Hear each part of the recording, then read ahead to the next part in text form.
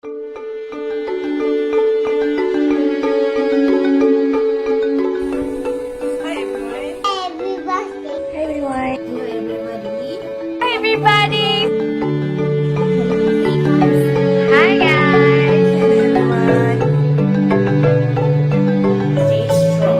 strong. Stay safe.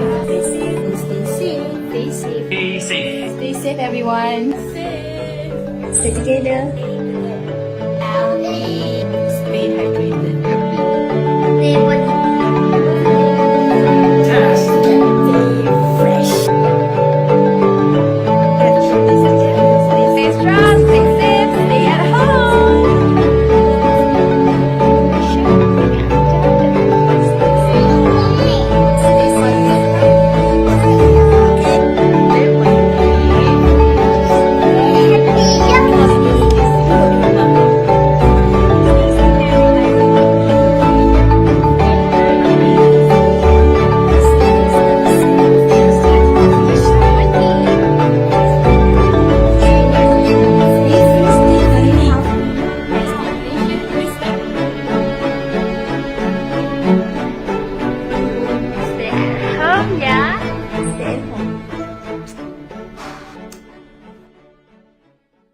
くれぐれもお体をお大事に。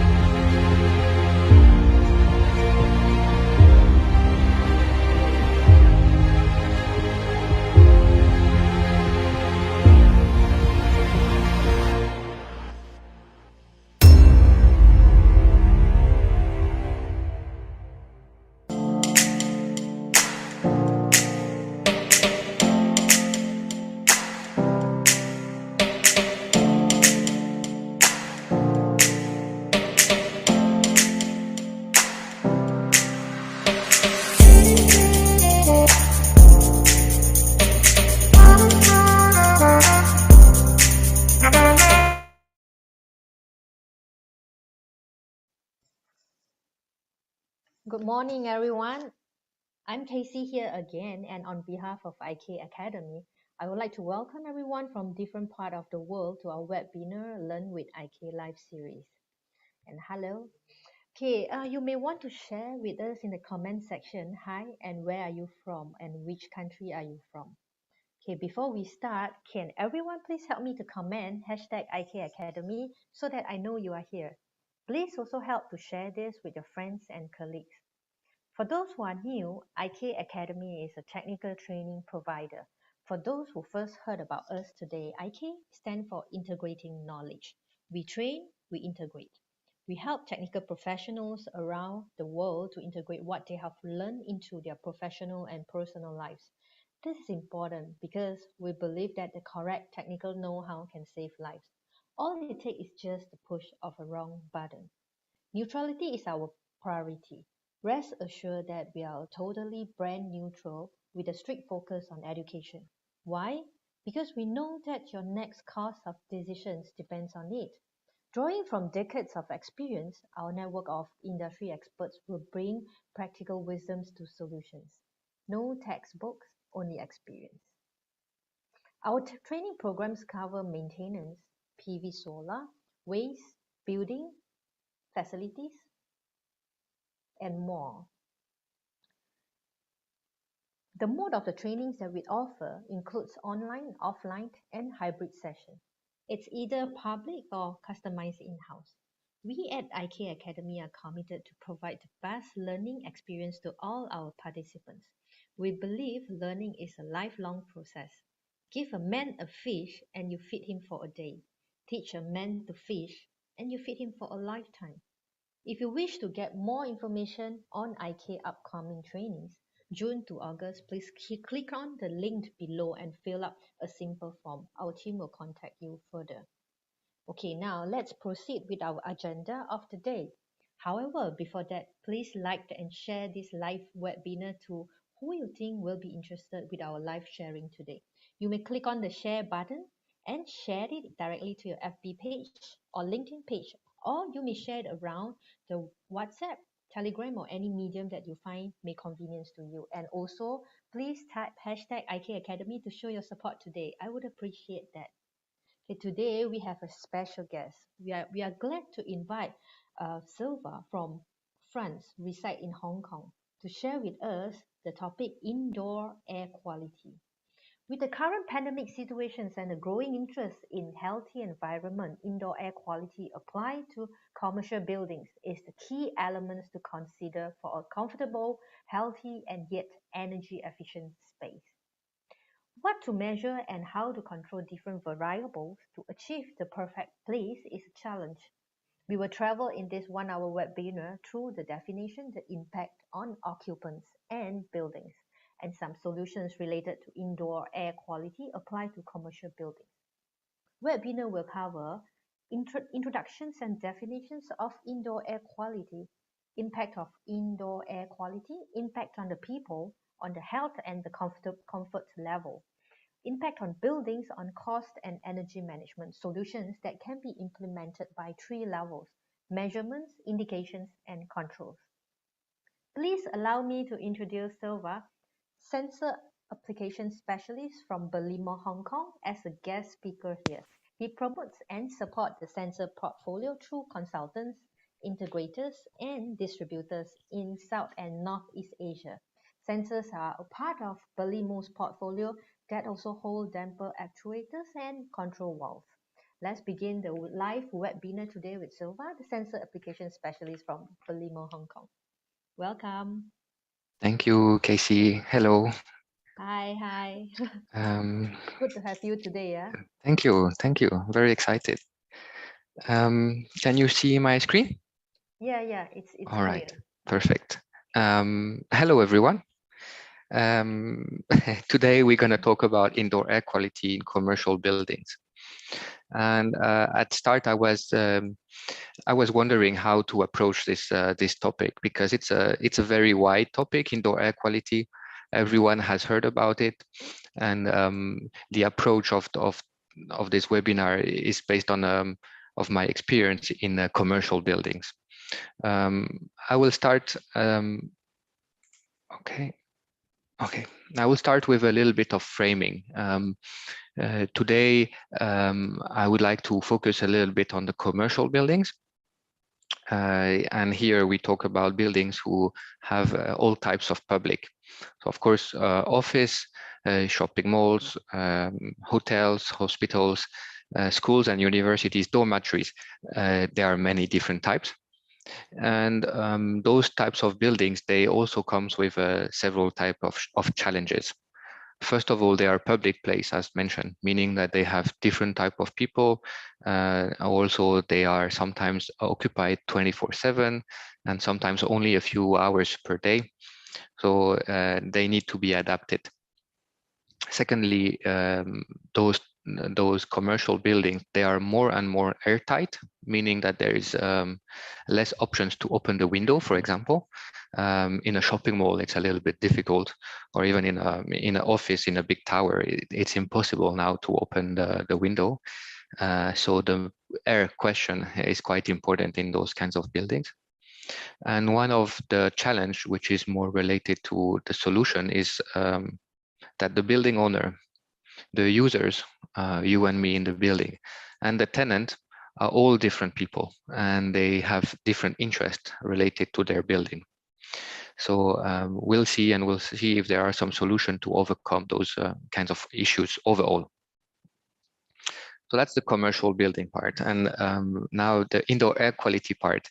There is not really a definition of indoor air quality, but here when we want to talk about HVAC industry, so heating, cooling and air conditioning, I would like to focus on a few elements who will define the indoor air quality.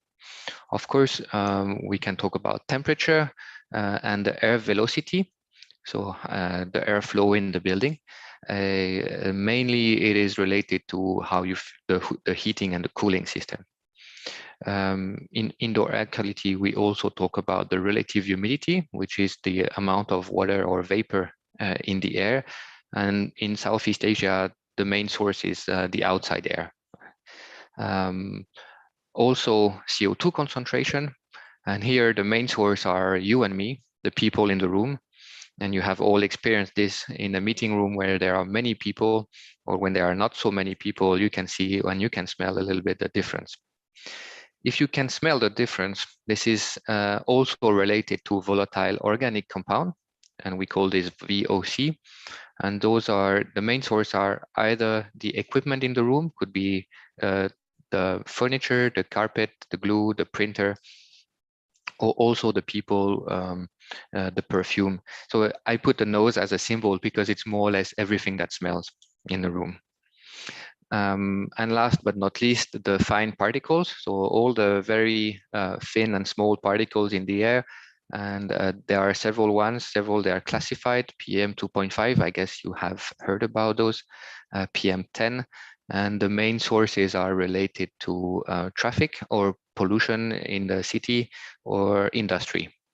They can be from indoor, also polluted from indoor in the building, mainly from the kitchen where there is some burning. So that's a little bit the frame of definition of the indoor air quality in commercial building that we will talk today. But one of the question is, why are we talking about this? Why is it important? Well, first of all, indoor air quality is related to indoor, and we spend more and more time indoor. And there are some studies, I have shown here studies who is in the US that represent what is going on overall, is that we spend most of our time at home, in our home or in our office or even in transportation. And this example is up to 87% of time indoor.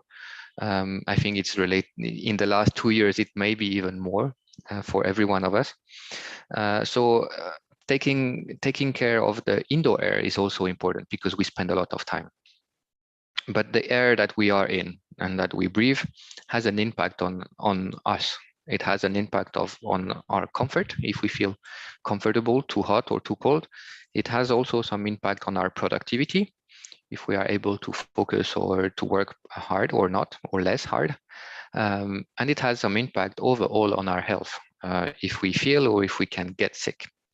So that makes a little bit this topic quite interesting, and then a little bit on the high importance overall in commercial buildings.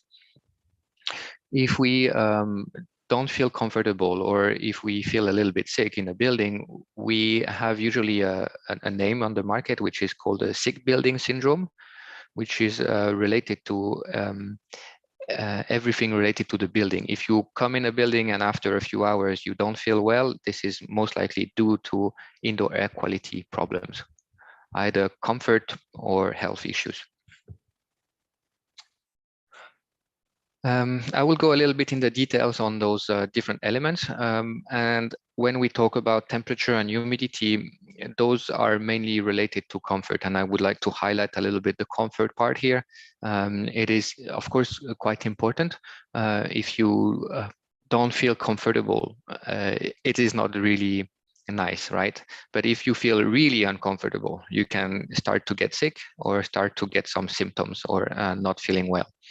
And on the market, we have some studies or some guidelines that tell us that between a certain level of temperature and humidity, most of the people feel comfortable. And in Asia and Southeast Asia, we know quite well that if the humidity is too high, we don't feel comfortable neither. Either we feel more warm or we sweat. It's not very nice. But if it's too dry, we also have some issues, and it could be sore throat, itchy eyes, and over time, dry skin. And when we have a temperature and a humidity who is in the right spot, in a public space, in a public building or in a commercial building, it is always a bit of a fight to find the right set points that it please everyone. Everyone is a little bit different. Some people like it warmer, people like it a little bit colder. So there is a sweet spot, and this is a bit of the challenge of the temperature and humidity. All right, but relative humidity also has an impact on health. And it has been shown, and I think in the last 2 years, because of the COVID, it has been quite in the focus, that relative humidity has an impact on how the virus can spread in a room. If the relative humidity is too low, then the droplet from your mouth will vaporize more easily and will spread in a longer distance. And if the humidity is too high, then the droplet will remain in the air quite some time, and the virus will resist for a longer time. So you have to hit also here at a relative humidity level that is also not too good for viruses. And in general, the good thing about humidity is that it is more or less for every issues we could find in a building, it's always between 40 to 60% of relative humidity. So here we have quite a clear indication of what we want in a room, between 40 to 60% of relative humidity, either for comfort or for a health environment. But that's, I would say, quite understandable, and I think this is the easiest maybe to achieve. If we talk now about the CO2 and the ventilation here, it's related to productivity. Of course, the CO2 level has also an impact on health. If it's too high over a certain limit, then you can start to feel really bad. And if it's extremely high, you can even have some really serious issue. But in a commercial building, it will not go to those kinds of levels. Nevertheless, some studies shows that with a lower level of CO2, so with more quality air, people tend to have a better working experience. They can focus longer, they can take better decisions, they can take initiative. And here this diagram shows that overall with 600 ppm compared to 2500 ppm, the average of the efficiency in work is much better. There are some other studies that shows all the same direction. And this is another study that shows that with more ventilation, so the ventilation in the black area is 2 times lower than the ventilation in the orange area, and they show in this study that people have much better performance in the working environment. They have even calculated the amount of money that could represent per year. This is based in the US with some US salaries, so it might not be always very accurate, but it gives an indication.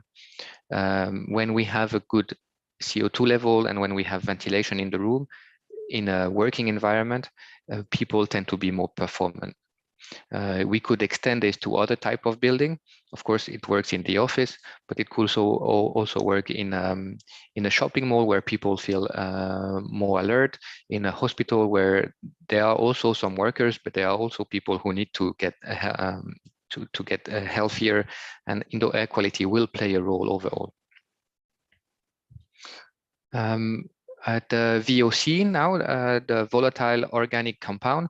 So those ones are, it is a little bit less straightforward. Volatile organic compounds are a lot of elements.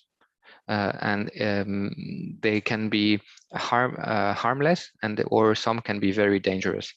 Overall, in a commercial building, there is little sources who will produce a lot of dangerous components. So it's related to comfort, but overall, when we measure VOCs, we measure everything that is related to the building and the smell. So it could be the solvent in the cleaning agent, it could be the particles from the printer, it could be the perfume, it could be anything that is related to the air and the smell in the room. Overall, if it's not managed properly, if the levels are quite high, you can have headache, for example. This is quite common in the buildings, that people have a headache because of smells or because of chemicals. It could also go through sore throat, itchy eyes, and so on. So volatile organic compounds are also quite important to manage in a proper, healthy, and comfortable space. Overall, it is estimated that, according to the World Health Organization, that 30% of the new buildings have sick building syndrome, meaning that they have people in those buildings that don't feel so well. It can depend, it can vary, it can be in a different proportion, but overall it is quite a big number, and it is mainly due to improper indoor air quality.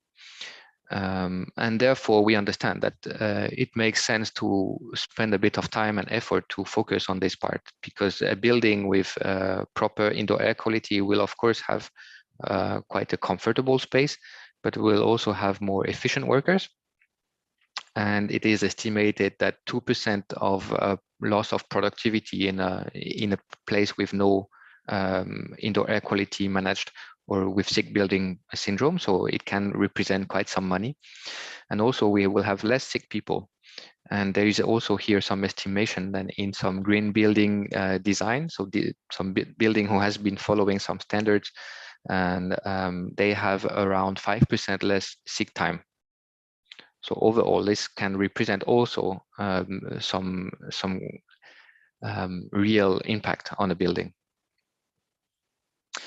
And that's a little bit where I want to go when I want to talk about the impact on a building. Overall, when we consider a building, most of the cost is related to the people inside the building. And this company, JLL, which is a commercial real estate company, has this 330-300 rule, where they estimate that 90% of the cost of a building is related to the people inside, or the business that is related to the people. So of course it works very well for an office where you have workers on a desk, but we could extend this to a shopping mall or to other types of buildings. And we have spent in the HVAC industry a lot of energy and a lot of time on making energy savings. And those energy represent a little amount of money overall in a building. Of course, for the people who pay, it's always too much. But overall, when we consider a building, it could make sense to spend a bit of time on the 90% of the cost of the building, so on the people. And when we do so, and we improve the air quality, we will have better performance on the people inside. We will have less sick leave, meaning that the building might have more value. And as an example, I'm taking the example of the tenant. If the tenant has better performance staff, more efficient work, and less sick leave, overall the staff will be happier. And the real estate company who owns the building or who manage the building, they can also promote the indoor air quality in their offering, and either the space will be easier to rent out, or maybe it will have more value. And we see this on the market, that some green buildings or some certified buildings or some buildings who have indoor air quality high level standards are easy to rent or have more value on the market. And this can be really extended to all type of commercial buildings. So now we have quite a good understanding on the impact on the people, so comfort, productivity, and health. And this comfort, productivity, and health in a commercial building has a direct impact on the building. So it really it makes sense to spend a bit of time, and that's the reason why we are here today, right? I wanted to take a bit of a long time to explain a bit the path. But now, what to do, and how to handle this, and that's, I think, it's a little bit of the tough part of the question. We all know that we need a nice space, and we all understand it, but what can we do? And most of the commercial buildings, they are already here. They will be here for a long time, and I think 80% of the building that you see today will still be there in 50 years or in 80 years. So what are the solutions, and how to decide? That's, I think, the question that many government or association ask themselves, how to handle. And overall, the answer is not extremely straightforward. There are different solutions. On the market or in the region, there are some standards, and they have and some labels who helps to guide, who set some guidelines about either technical solutions or set some guidelines about recommendation on values, so that you know what you need to measure and how to control it. But some also provide some audit to come and check, and we'll see a little bit this in the detail. Overall, if we want to have a building that is approved or who has a high level of indoor air quality, and you want to prove it, it could make sense also to have some certification. So some company who will certify the building and tell, hey, this building is high class of indoor air quality.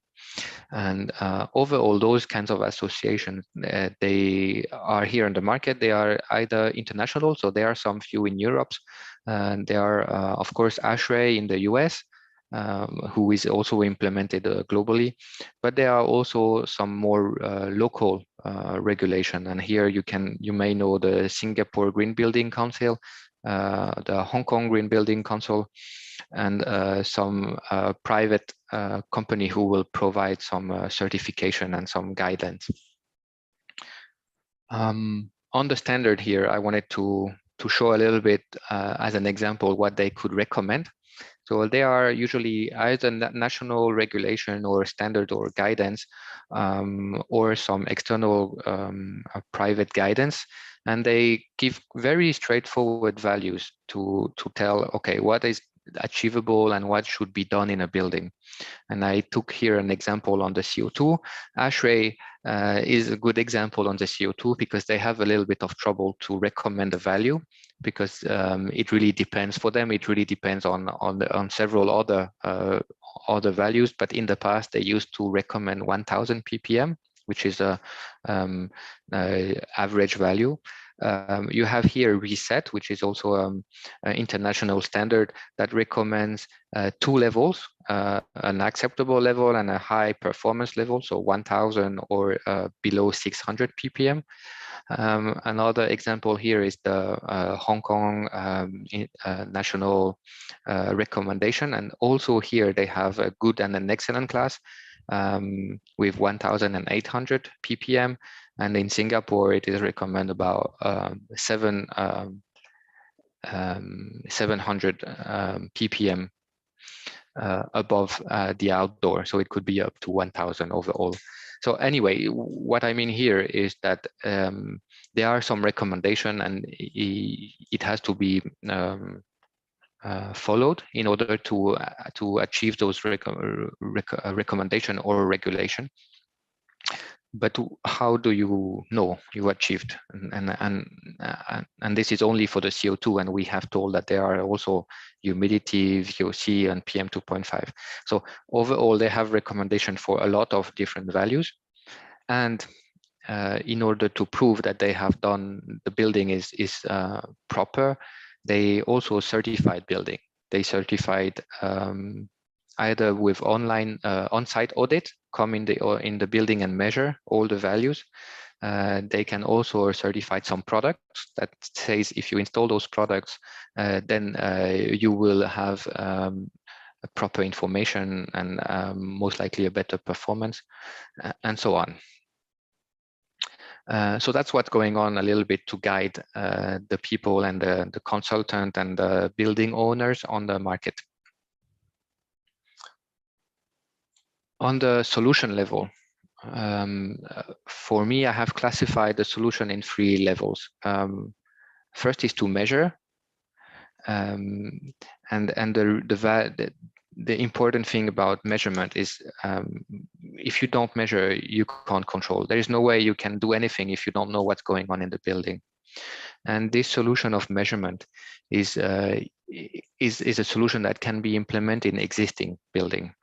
In new building, there are other solutions. We will go a little bit further, but there are many existing buildings, and if you don't measure, or if it's not measured, there is no way we can know what's going on. Maybe the building is very good with a very high level of indoor air quality, maybe not. So the first level is to measure, and there are several solutions. Either there is an existing building management system with already some installed product.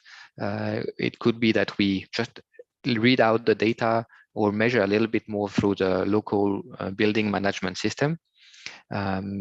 Or you have most likely heard about those IoT products, connected devices. So there are on the market quite a few of sensors who can be connected to the internet, to the cloud. And when you measure and you install those sensors on the building, you can get a report.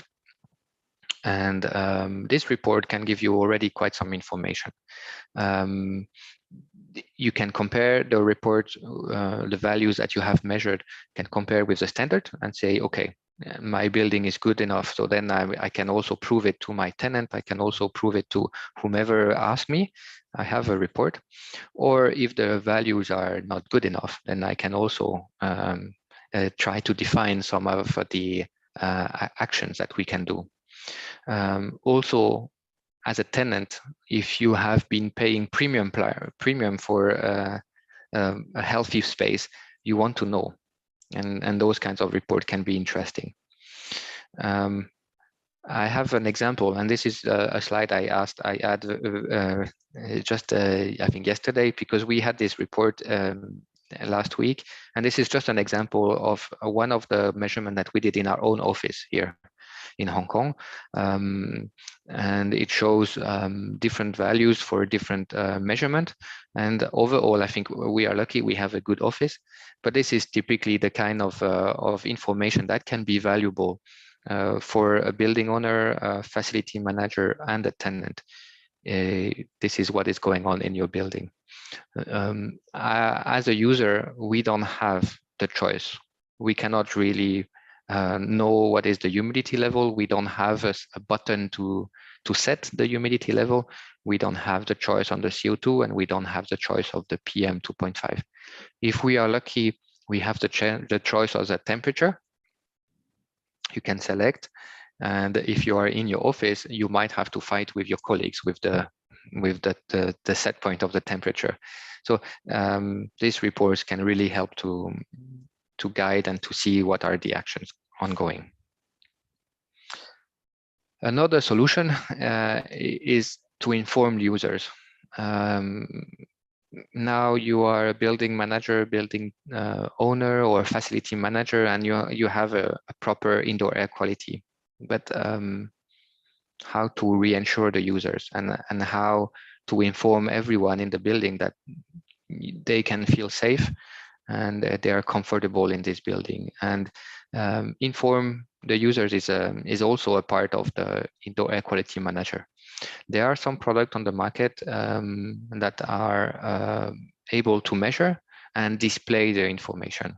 So they will give you a dashboard with colors. Sometimes it's a smiley, and it's very straightforward information sometimes. And could be used in a hotel, in the lobby, either directly in the room if it's a fancy hotel, but it could be also directly in the lobby. Hey, the building is managed and overall the values are proper. It could be in a meeting room. If you have a big meeting room, it could make sense to measure the CO2 level, for example, and to display the value, or in an office lobby. And this is something that happens quite a lot when you enter the office near the elevators or at the entry. You can see the screen and showing the overall indoor air quality in the building. But indoor air quality is several measurement, right? It's temperature, humidity, CO2, VOC. I know the value because I have been doing this for some time, but who knows what is 1000 ppm? Is it good? Is it bad? How do you know about the PM 2.5 value, like 15 microgram? I don't know. So there are also some other ways to inform the users where you don't give indication on the real value, but you give some indication on colors. For example, here it's a user case where we have those kinds of product with a traffic light, and we have set the color depending on preset value. And in a classroom, for example, where you don't have, it's an existing classroom, like there are a lot all over the planet that don't have specifically planned indoor air quality management when they were built. The teacher could open the window when the sensor is indicating a red light. We all have been through it when you enter a classroom and it feels so hot or it smells so bad. And those kinds of sensors can really help just to do very easily indoor air quality control. The sensor is showing a red light. I open the window for 10 minutes, 15 minutes. So that's also one of the solutions that can be implemented quite easily in an existing building related to one user case. Overall, the best solution in indoor air quality management, and this is something that we try to promote and we do in new building, is to control. And control is the best way. You really measure all the variables and you can have direct action on it. The idea here is to really produce what you need and distribute it properly in the room according to the people. So I will split the control into two parts, the production part and the distribution part. And the challenges of the control is to maintain all the different variables that we have been talking about, but also in a very dynamic system. So sometimes the building is very well used, or sometimes you have in the office, for example, there is no one in the nighttime, so you have to measure this and to do some proper actions. And overall, we also have this big pressure on the market is to use as little energy as possible. In fact, doing a proper indoor air quality in a building is very easy. Everyone can do it. You put everything at 100%, a lot of air, a lot of cooling, a lot of fresh air, but it will cost a lot of money overall. So the challenge really here is to manage a really good indoor air quality while using the less energy as possible. All right, I zoom a little bit on the air handling unit, which is the production part. So this is a little bit the factory, the air factory of a building, where you have different elements that will be used to control different variables. If you are not so familiar with the air handling unit, it can, just for your indication, it can come in a very small size, like in a false ceiling, for example, but it can also come in a very big size where you can walk through the different element. It's bigger than you, so it's bigger than a bus, for example. So it can be very big depending on the application and the building. Of course, if you have a huge shopping mall, it will be a big air handling unit. And the purpose of this device is to prepare the air that is injected in the building and to extract the polluted air in the building. Several elements, as I mentioned, you have some elements who will control the temperature and the humidity. This is usually coils, so heating or cooling coil or humidifier. You have also a lot of different filters that will be used to remove some particles, and specifically PM 2.5. Of course, some fan that will help to extract and to push the air through the different elements and through the building. And for the CO2 and VOC, because the pollution comes mainly from indoor, you need to extract the polluted air and inject some fresh air. And here we need some dampers and some actuators to manage this. Overall, if I go a bit in the details in a few of those elements, on the filter part, you might have air purifier at home. And those air purifier are working in the same system. They have a filter and the air is going through and the filter removes some particles. In a big commercial installation, it's very similar. You have just a little bit more filters and a little bit bigger. And usually we have pre-filters who will take care of the bigger object, like dead leaves, for example. You have some more advanced filter who will remove some dust and pollens. And pollens can also be a source of allergy, for example, and it's good to remove them. And then you have more and more high efficiency particle filter, and this can remove, of course, the fine dust, but they can go up to gas molecules or viruses. So they are not used all the time in all the air handling units, mainly because they are expensive. They are expensive not so much to buy, but they are expensive in energy because you need to push the air through those filters, and those filters are very tight. So you need a lot of energy just to push the air through it. If you want to optimize those kinds of installation, we suggest to monitor the filter with some sensors that will really measure precisely the pressure drop and will tell you when you have to change those filters. So more filter means more energy and also more maintenance. So it's always a little bit of a balance of what we want in the building. About the humidity level, and this is, I think, quite a topic that we have in the region. We all feel it. It's very humid, and inside we want to have a less humid place. Here, I wanted to highlight that on the humidity level in commercial building, removing vapor, water vapor from the air and taking and condensing it into water. This represents a big part of the energy. This is the physical heat exchange and change of phase of the water. And I wanted to show here in this kind of example, when we start with a 30 degrees and 70% of humidity outside, which is, I think, quite standard, up to 50% humidity indoor, that removing the water in the air represent a huge amount of energy compared to the cooling or even the heating afterwards. And here, my advice would be for the facility manager or the building owner to spend some time and some attention on this cooling coil and optimize the temperature and the heat exchange. So there are some solutions on the market, not only from my company, but there are a few others. And it is quite important. You can lose a lot of energy through this cooling coil.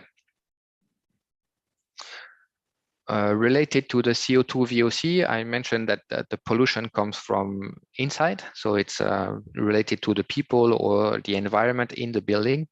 And here there's not so many different ways. The idea is to extract the air, take it out and put some fresh air.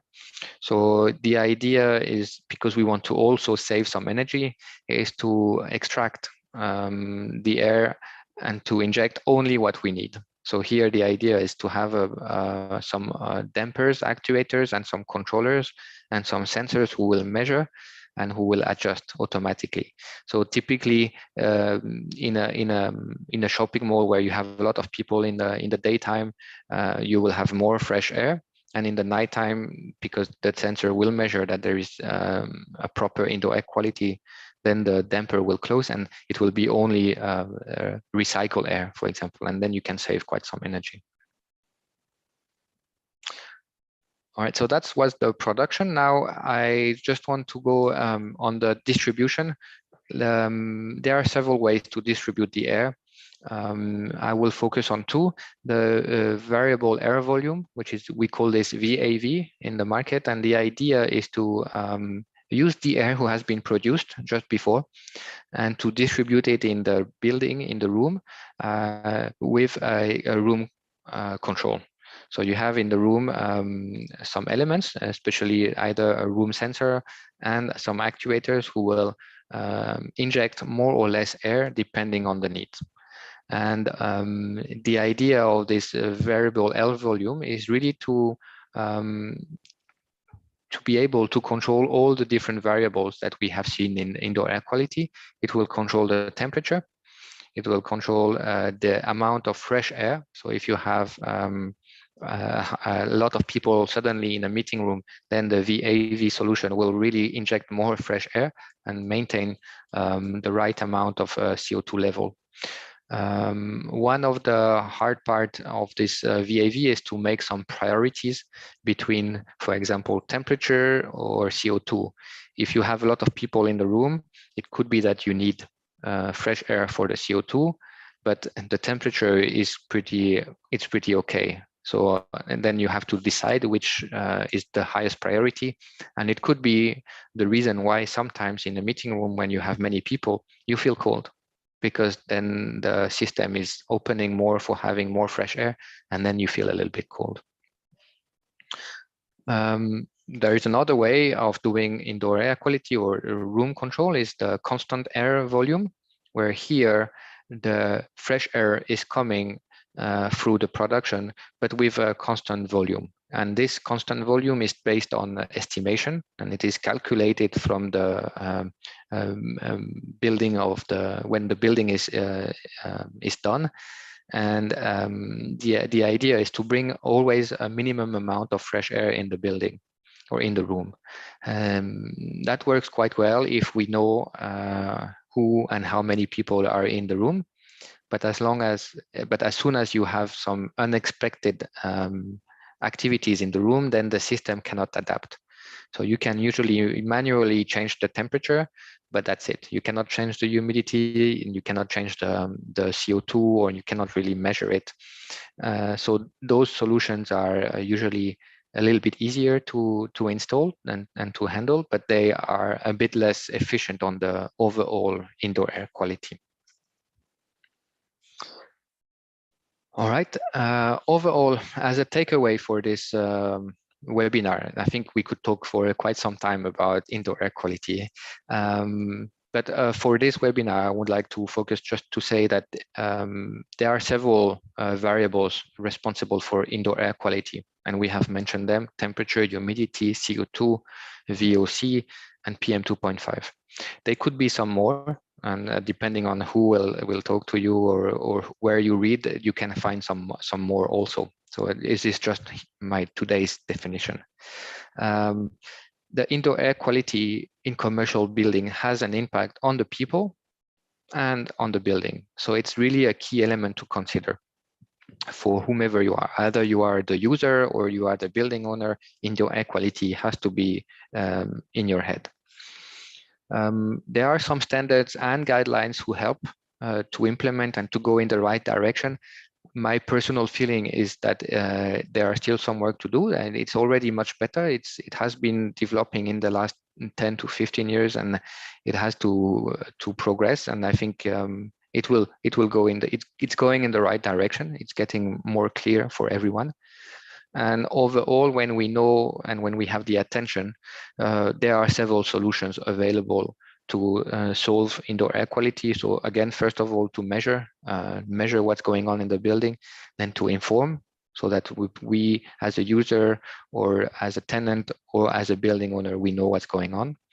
And then, of course, the best solution would be to measure, inform, and then control at the same time. So we really adapt the condition in the building according to the real values. All right. Thank you very much.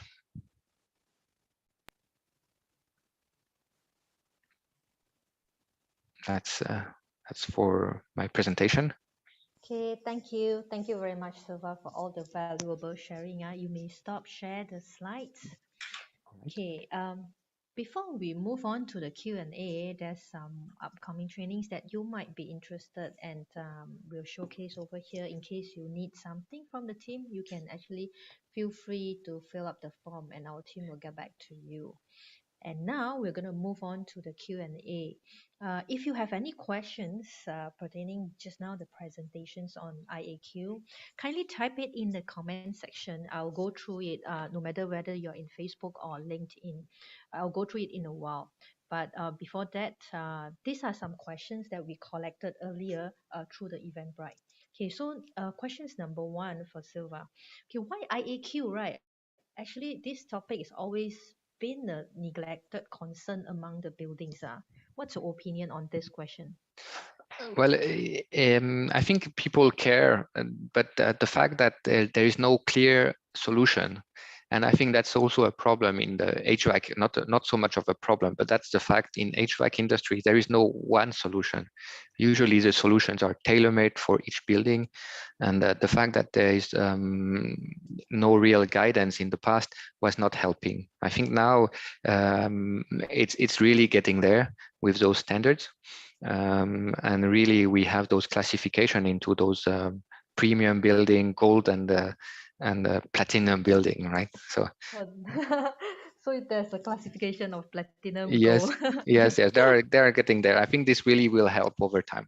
Yeah, through classification, they will have the guidelines going through, right? So they will have a better, clearer picture on, Yes, the importance of IAQ. exactly. Yeah, thanks for your answer. Okay, second question, sir. Do you recommend any tools that needed to conduct indoor air quality? Well, on the market, there are a few solutions. It depends where we want to be. If we want to be on the measurement or on the information on the control. The company I'm working for, Belimo, is a company who is more specialized in the control part. So we have the control elements. So of course, I could recommend to do the control. But this is really depending if it's an existing building or a new building. If it's an existing building, changing the whole installation and adding a lot of equipment is not always easy. So here on those existing building, I would say to measure is always the best, because at least you know what's going on. It could be that the building doesn't need much more because it's not so much airtight, or because the system was defined properly. Also, it could be. So I would say for me, the step number one is to measure. Yeah, at least you know where the status is. Exactly. Right? Yes. Yeah, that's great. Okay, I will move on to the questions number 3. Okay, what is the best? I'm not sure whether is there any best solutions to improve the air quality indoor. And that's all right. That's a Tricky tough question. one. Well, in a commercial building, as a user, you are in the room, you don't know, and most of the time, most of the elements you cannot really smell, they don't have much information, right? So CO2, for example, you don't really know. And some others you don't know, PM 2.5, you have no idea. So as a user, there's not much things you can do. As a tenant, as a building owner, again, inform is always a good information, because users, we have been trained, especially with the COVID and the pandemic, we have been trained and we have learned a lot about indoor air quality, and we have been more sensitive to those topics. So when we go in a commercial building, either in an office or also in a hotel, you go for a holiday in a hotel, it's always nice, and it's always like you feel much better if you know and if you have an indication of the indoor air quality, and suddenly the hotel room has more value for you, right? So I would say, again, the level number one, measure and then inform, is always a good solution. Yeah, that's great. So does it mean that actually after COVID, right, your business getting better and better because more and more people are aware on the indoor air qualities? At least we have some attention, and I think that's also very good, and it's good for the business, of course. But the real importance is really to make the people more comfortable and more healthy in the space. I think that's also really a key element. Yeah, true.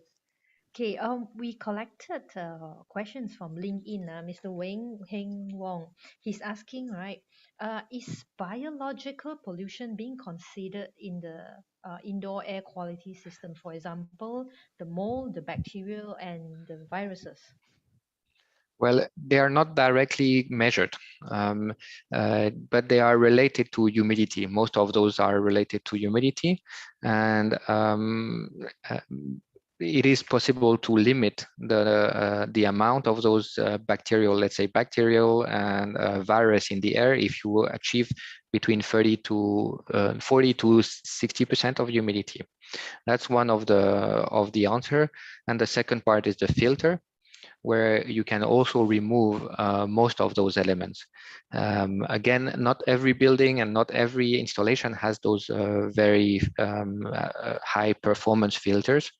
Most of the case is in the industry, where they really want to remove everything. But I think it could be something that is also evolving, and some standards are really pushing to go in this direction. Right, right. Thanks for the explanation. We have another question from Facebook, Kamaru Hazimin. He's asking, right, what is the best way or method to prepare a big commercial building after a long shutdown due to COVID, due to lockdown, work from home arrangement? Well, for my personal experience, we have done this in the past, is to flush the air. So having the system running and flush, it's really remove the air. And this will mainly be important for the VOCs and the PM 2.5. The CO2 will not be impacted. If the building has been locked down, there is no CO2 emission in the building. But if the air is not moving in the building, then all those small particles and the chemicals can be through the air, and a flush can be important. It doesn't require a huge amount of air, but it's something that can be done. Right, right. Thanks. The same person actually have a second question. He's asking, is the fresh air intake, right? Will it affect the indoor temperature? And what is the best balance between the fresh air intake and the temperature? Mhm. So there are different solutions. 15 years ago, we were mainly working on fresh air. In Europe, it was a lot of fresh air, and all systems were full fresh air, and it represents a lot of energy. Overall, more and more CO2 and sensors are equipped, and then you can really control the mix. So the fresh air intake is not so much related to temperature measurement. It's more related to the CO2 or the VOC measurement, because those are really produced in the room and they need to be extracted. So if the room is really polluted, then you will inject more fresh air. And if for whatever reason there is not so much of CO2 and VOC, then you can really recycle the air in a building. And this works fine. It's not a big deal to recycle. In fact, it's more energy efficient. Right, right. Thanks. There's another questions following here. Is there any a new smart IAQ technology for commercial building? It means probably new things. Well, there are quite a few indoor air quality sensors who are IoT. So they are connected to Wi-Fi, to the internet, and they can gather the data of of quite a lot of elements. So temperature for sure, humidity, CO2, the VOC, and the PM 2.5 all together in one device, and they send the data on the cloud, and you can have a report. You can really get the information. So those I think are quite interesting. There are a few brands. They are coming. There are some products from Southeast Asia. It's very active. Some startup in Singapore. So there are quite a lot, and I think this is really a very good help. Yeah, yeah. All the new techs are coming up. Yes. You might know those kinds of products for your home, right? We all have this at home, or air purifier. I have one, I can check on my phone the level, but those are really for commercial. So they also have a screen, and they can also display the information. So it's really more related to commercial application. Right, right. Thanks a lot. Okay, for the next question, right? Same person is asking, shall air purging be conducted regularly for a taller building, and at what frequency, in your opinion? I would not recommend to do a flush just because of it. If you measure what's going on in the building, then you act just properly. So the idea of a control is really to measure first, and then you have the action. If you don't know, then yes, you have to purge, but then it's a guess. I don't know. Right, right. Yeah. This is one of the last question from the same person. I think he's so excited with Yes. the presentation, just asking a series of That's questions. good. So he's asking, due to COVID, the company has altered the office space to accommodate 1 to 8 instead of the conventional 1 to 10. So shall the IAQ standards be updated as well due to this case? Well, due to the COVID, the people, I guess it's about the people, right? The number of people in the room. Yeah. They have been reduced in the room mainly to prevent some contamination. So it's not directly related to indoor air quality. It's really more related to spreading the disease. What could be done in the indoor air quality? Again, it's to achieve the humidity level that we mentioned before, between 40 to 60%, because this will really reduce the virus lifetime and the spread in a big environment. That's the two things that we can say in a building. If we really want to make people safe in a building, I think reducing the number of people and having social distance and wearing a mask and so on, this is still ongoing. Having a sensor will not really solve all the problems, but it will give some indication. Right, right. Well, that's very clear answer. Okay, we have a new person asking, which is Mr. Thomas. He used to be our presenter as well on Mhm. FM area. So he's asking, is 600 ppm for CO2 an ideal set point for indoor air quality? It's a very good set point. The outside air, natural outside air on the planet average is about 400 ppm. Mm-hmm. And we estimate that we start to feel some effect around 1000. So 600 is really quite a good level. If we look at the standards, it is more around 8 to 1000 ppm. But again, if it's 600 ppm, it's pretty good. It's pretty good. Right, right. So the number is a good set point, Yes, right? it's a good, in the standards 600, I think it's like the excellent buildings or like the platinum one or those Right. very high level. If it's 800, it's also very good. Right, right. Thanks. And we have another participant, Sean Chong. He's asking, does the operable vent affect the system feedback? I'm not sure I understand the question. Or maybe I'll skip it. I'll just skip it. Or Mr. Sean, you want to elaborate further? Because I also not very sure about the question, what he's asking. Okay, I'll go through the next one. Adib Osman is a maintenance analyst. He's asking, do you have a recommendation of a frequency check on the IAQ? Let's say 5 years once? So for the sensors, I guess, or so let's imagine we have sensors in a building and we try to measure what's going on. Usually the sensors that are on the market, they can work between 5 to 15 years, depending on the sensor. On the temperature, humidity, there is no much shift on the measurement. They are pretty stable. Where people need to pay attention is more on the CO2 and the PM 2.5. Those sensors, they can shift over time, especially PM 2.5. So if you have a commercial grade PM 2.5 sensor, usually they come with a removable sensing element that you can change. There is a little bit of maintenance. So here, depending on the type, it is written on, I guess, on the data sheet. You have to check how long, but I guess every 5 years is a good idea, maybe a bit even less. On the CO2 sensor, I can talk forever about those, but usually, at least for the ones that we have in Belimo, 15 years is achievable easily. So without maintenance there, but some are a bit less. Right. Thank you very much. That will be the last questions from the whole presentations.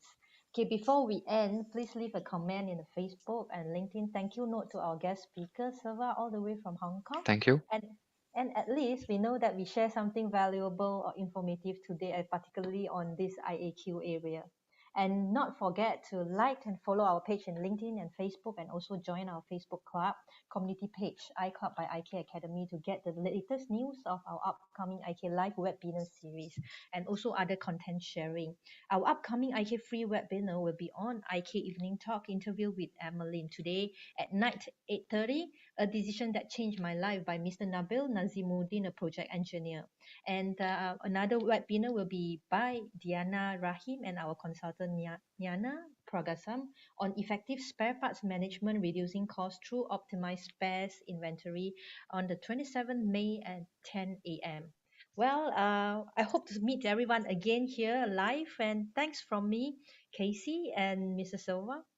And I hope that you're able to bring back a lot of new insights, especially there's a lot of participation in Q&A.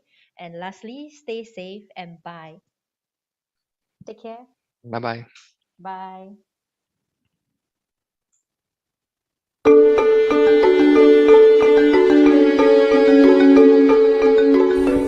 Hi everyone. Hi everyone. Hello everybody. Hi everybody. Hi guys. Hello everyone. Stay strong. Stay strong. Stay safe. Stay safe. Stay safe. Stay safe. Stay safe. Stay safe everyone. Stay together. Stay hydrated.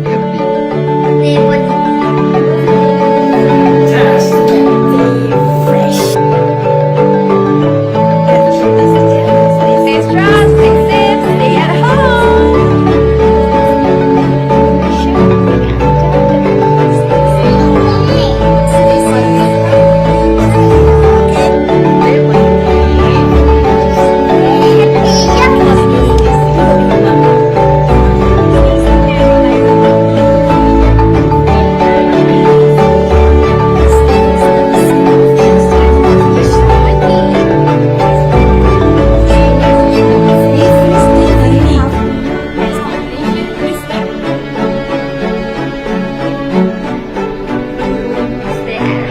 yeah?